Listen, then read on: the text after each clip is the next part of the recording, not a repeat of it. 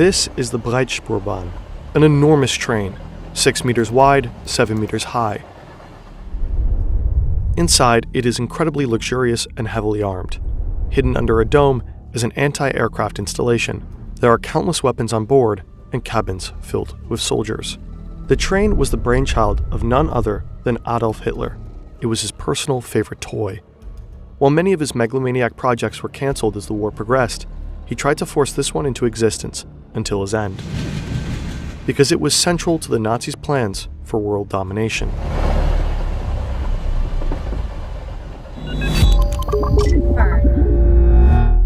Hitler was well known for his insane infrastructure projects.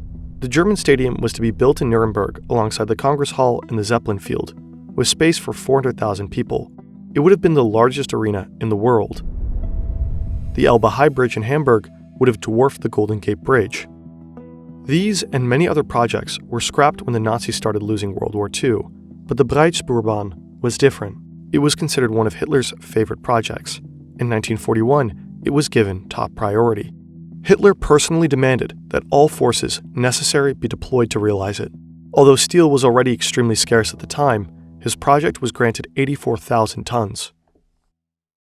We actually found the original plans for Hitler's monster train. The German historian Anton Joachim Stahler collected from several archives and published them in this book. Although the entire German industry was geared towards warfare, the Nazi leadership commissioned the same companies to develop the Breitspurbahn. Over 100 designs for locomotives and wagons were submitted. The distance between rails is called the track gauge. Even back then, the standard gauge of 1,435 millimeters was already widespread all over the world, with small deviations in some countries. Hitler originally wanted a 4-meter wide gauge for his train. After a lot of back and forth, he was finally persuaded to settle for 3 meters. The train itself was massive too, 6 meters wide and 7 meters tall. The length was up to 420 meters for the passenger trains and over a kilometer for freight traffic. A double-decker, as demanded by the Führer. Today's trains almost seem puny in comparison. Inside, the Breitspurbahn was supposed to be packed with luxury. The first class was located on the upper deck for better views. Here you had the most space, a lush interior with coat racks and comfy armrests. Directly below, usually on the lower deck, was the second class. Still spacious, the third class was a bit narrower. Additionally, there were countless communal areas. You could sip wine, smoke, and lounge on sofas in a bar. Similar setups, just without the bar, were found in a reading and socializing area. The planned dining car was particularly impressive. In the drafts, it was paneled with natural wood, adorned with gold and had chandeliers hanging from the ceiling. It was supposed to be the only single-decker car, with ceilings so high you wouldn't feel like you were on a train. Besides this main hall, there were additional restaurants and breakfast rooms planned.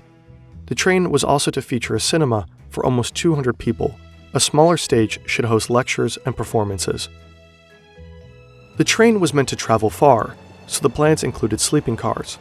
In first class, after a spacious reception area, wealthy Nazis would find roomy sleeping compartments, with sofas, armchairs, a vanity table, and a large window with an outside view. The first class rooms were also supposed to have their own toilet, sink, and shower. The smaller bedrooms in second class only had a sink. Nevertheless, all passengers could freshen up in the bath car. It was supposed to host 4 bathtubs and 20 showers. Additionally, there were layouts for ladies' and gentlemen's hairdressing salons, so the undercut wouldn't suffer during the journey. Also, there were storage and staff rooms. A pastry shop would supply guests with snacks, fresh cakes, and all kinds of drinks. Another highlight was planned at the very end of the train, a fully glazed viewing platform. At this point, we wish we had a smooth bridge to today's sponsor, but that's pretty tough with this topic. They're a cool company though, and this is how we finance making these videos, so please hang on. Holzkern makes fantastic fashion accessories featuring natural materials such as wood and marble. They only use FSC certified or residual wood from the furniture industry. Holzkern has a collection of over 1,000 items to choose from. This watch, for example, is made from walnut wood and marble. This ring features maple wood, and this rose gold necklace has a moonstone embedded. Their build quality is great, and due to the natural components, every piece is unique. Through the link in the description below, and with the code FERN, you can get an exclusive discount of 15% on your first order. Thanks to free express shipping, it will be with you within 2 to 5 days. There is a 24-day money-back guarantee, so feel free to try out Holzkern.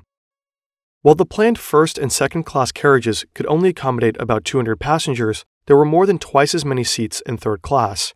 They could have easily fit over 500 seats in third class, but with the Breitspurbahn, they wanted to ensure a comfortable journey for everyone. Well, not everyone. These are designs for the so-called Eastern worker carriages. There were no seats, only benches for 8 travelers per compartment. These work slaves were supposed to sit on the benches during the day and sleep on them at night. This provided space for a total of 480 work slaves. They did not have access to the rest of the train. Their food was supposed to be cooked in a large kitchen next door, pushed through the train in buckets, and then distributed at a canteen. Let's zoom out at this point. What did Hitler aim to achieve with the Breitspurbahn? Why did he prioritize it so much? On March 24, 1942, Hitler had lunch with his state secretary Hermann Esser and the architect Hermann Giesler in Munich. There he explained, "Just as we need a fast connection to Constantinople, now Istanbul, we need a fast connection between Upper Silesia and the Donets Basin. We need trains that can travel at 200 kilometers per hour. We need to build wider carriages, preferably 2-story from the outset. The upper floor in particular must offer a good view. It must also be possible to use the tracks for double-track freight traffic. Only in this way will it be possible to develop the eastern region, especially economically, in line with our plans. Even if the implementation of this railroad program naturally involves a wealth of difficulties, we must not let this deter us." The Breitspurbahn was key in Hitler's plans to conquer the world. He aimed to replace maritime shipping with trains. His broad-gauge rail network was supposed to stretch across the entire European continent and beyond. There were discussions about a route from the Mediterranean at Gibraltar through Spain, Marseille, the Rhone Valley, to Munich. Here, a huge junction station was supposed to be built.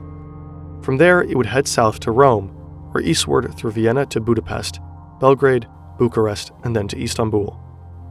Another route was supposed to run from Brest through Paris, the Ruhr area, to Berlin. From the German capital, Breitspur trains should have gone through Poland and Belarus directly to Moscow. There were plans to extend the Breitspurbahn through Iran into Iraq, targeting the rich oil reserves there. There were ideas to build a railway all the way to Vladivostok on the Sea of Japan. Another line was supposed to reach British-occupied India. The Breitspurbahn was not only planned for passengers, but also for freight transport. Hitler wanted to supply his Reich with raw materials and natural resources from all over Eurasia. At the same time, workers from the east were to be transported to factories and agricultural fields in Germany, hence the Eastern worker carriages. In the other direction, Germans should have spread across half the world by train. It was intended as a tool to mass colonize. As such, the Breitspurbahn was heavily armed, in case they would meet local resistance. It was supposed to carry soldiers and had enormous ammunition chambers. The train could even be used to transport heavy weaponry, such as tanks or whole ships. Ultimately, the train was never built. After the war, some plans were taken to the Soviet Union. Files on the planned routes to France are said to be in Paris. They were not published and apparently not pursued further. That's not surprising. From the beginning, many experts of the German rail company were convinced that most of the Breitspurbann's areas of operation could also be covered by standard gauge trains. But of course, nobody dared to seriously contradict the Führer and talk shit about his toy. Like so many of Hitler's projects, the Breitspurbahn was a gigantic, embarrassing show of megalomania. The leading Nazi architect Albert Speer said later, "The more monumental and oversized in scale, the more enthusiastic Hitler would be about a project." The Breitspurbahn powerfully illustrates the extent of Hitler's conquest plans. The fact that he pursued such a bizarre project until the last days of the war shows how limitless his greed and madness truly were.